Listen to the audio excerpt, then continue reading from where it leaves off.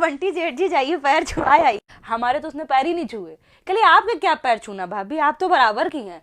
बिंदास है बिल्कुल। अब आप चले जाइए, लोअर में बैठी है। मम्मी जी ने कहा कि बेटा तैयार तो हो जाओ, तो कह रही घर में कौन तैयार होके रहता है। हमसे कह रही भाभी आप नहीं लोअर पहनती।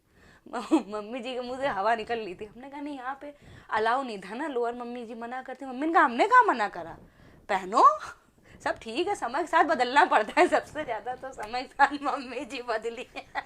जब हमने ये चीज देखी कि मम्मी जी का जो छोटी छोटी बातों पे गुस्सा आता था वो खत्म हो गया दिव्या के आने से। भाई कौन कहता है कि देवरानियों के आने से दिक्कत होती है, हमें बहुत आराम हो गई। तुम्हें क्या आराम हो गई? सब लग गए, खाना बनाने वाली भी लग गई, बर्तन वाली पहले से लगी हुई थी। मम्मी जी जिस बात से हमसे चिढ़ती थी वो बात उसके अंदर नहीं है। जैसे मम्मी जी कहती थी बबली को कोई बात भी कहा तो बुरा मान के मन में रख लेती है, वो ये काम नहीं है दिव्या के अंदर। मुंह पे मना करती है, मुंह पे बोलती है। इतनी अच्छी बातें हैं उसके अंदर कि हमको क्या बताएं। किचन में आती, काम को छू के टक से निकल जाती है। हम तो खुश हैं कि एक बिंदास बहू घर में आई है। जो चीज जो है नहीं बदल पा रही थी समय के साथ, सब समय के साथ चेंज हुआ है। नहीं हम तो ना बदल पाते कभी। और दिल की तो इतनी साफ है बंटी जी, इतनी साफ है कि मम्मी जी हमसे बता रही थी कि जो है उसको जो है जो काम नहीं आता है उसने साफ कह दिया कि मेरी मम्मी ने नहीं सिखाया। अब मम्मी जी ने हमको ये कहा है कि बेटा जैसा तुम जो है आदर्श रखोगे, जैसा तुम करोगी वैसा वो करेगी।